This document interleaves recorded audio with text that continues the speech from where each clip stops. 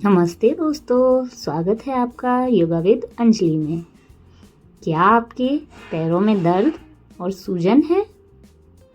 तो रोजाना कुछ आसान योगासन और स्ट्रेच आपके पैरों को देंगे आराम और चलना होगा पहले से ज़्यादा आसान। तो चलिए स्टार्ट करते हैं फुट पेन रिलीफ योगा। सबसे पहले करेंगे हम ताड़ासन। ताड़ासन के लिए आप दोनों हाथों को बेंड करते हुए, सांस भरते हुए अपनी पंजों पर अपने आप को पूरी तरह से ऊपर स्ट्रेच करें। ब्रीथ को नॉर्मल रखें। 10 से 15 सेकंड का होल्ड लें और फिर सांस छोड़ते हुए वापस आ जाएं।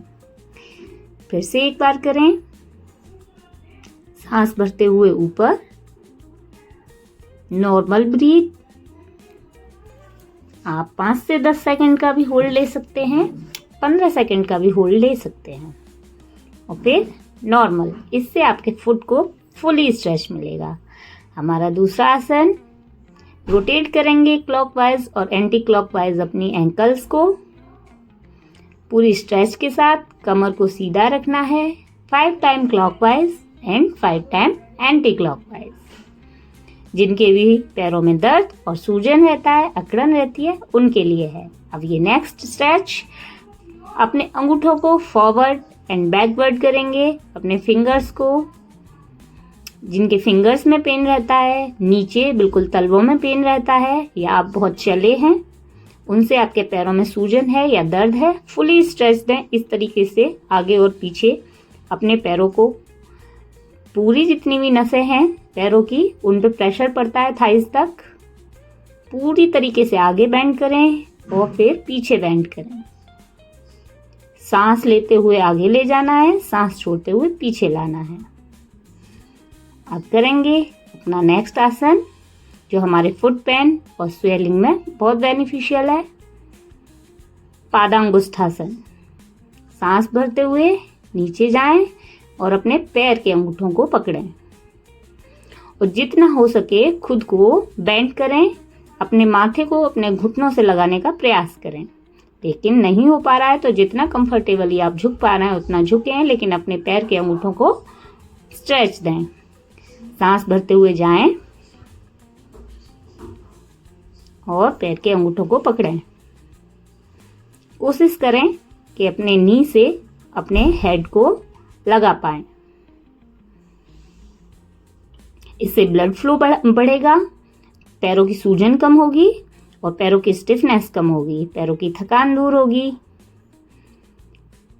इसी के साथ करें अपना अगला स्ट्रेच।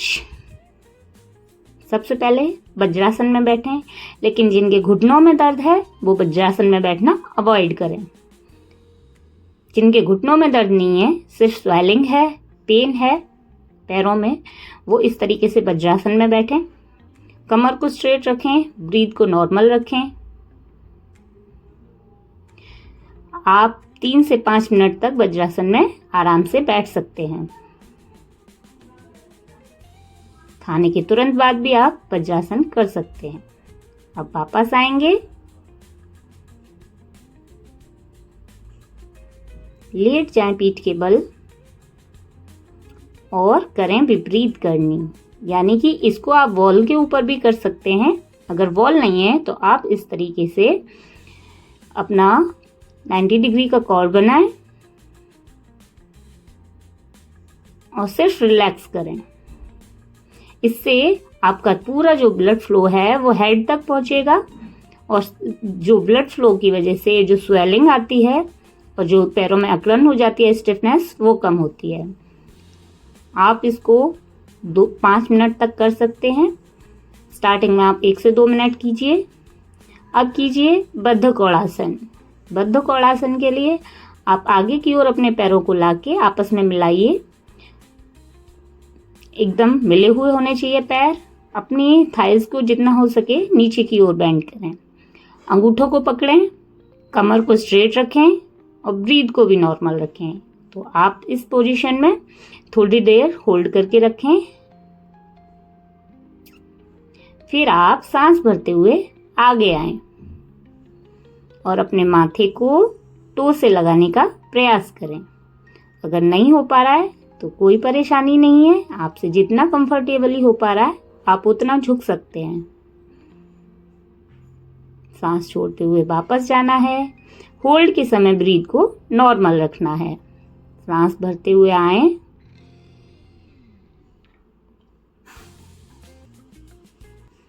नॉर्मल ब्रीथ रखें और अब सांस छोड़ते हुए वापस। अब करेंगे हम अनुलोम विलोम, जो हमें मानसिक तौर पर स्ट्रांग बनाता है।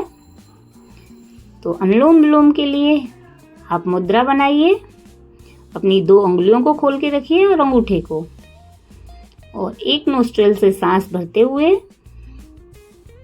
दूसरे नोस्ट्रिल से सांस को रिलीज कीजिए। आपको 2 सेकंड में सांस लेनी है और 2 सेकंड में सांस छोड़नी है, यानी कि सांसों का तालमेल एकदम सही रखना है।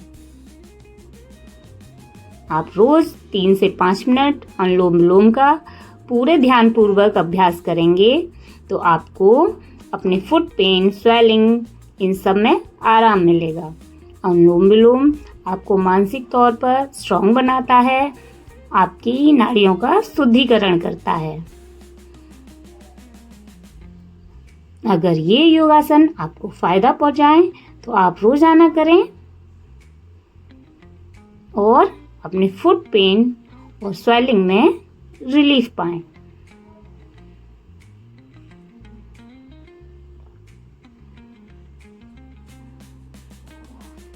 अगर आपको आज का सेशन अच्छा लगा हो तो योगा विद अंजलि को जरूर सब्सक्राइब करें। स्वस्थ रहें, खुश रहें।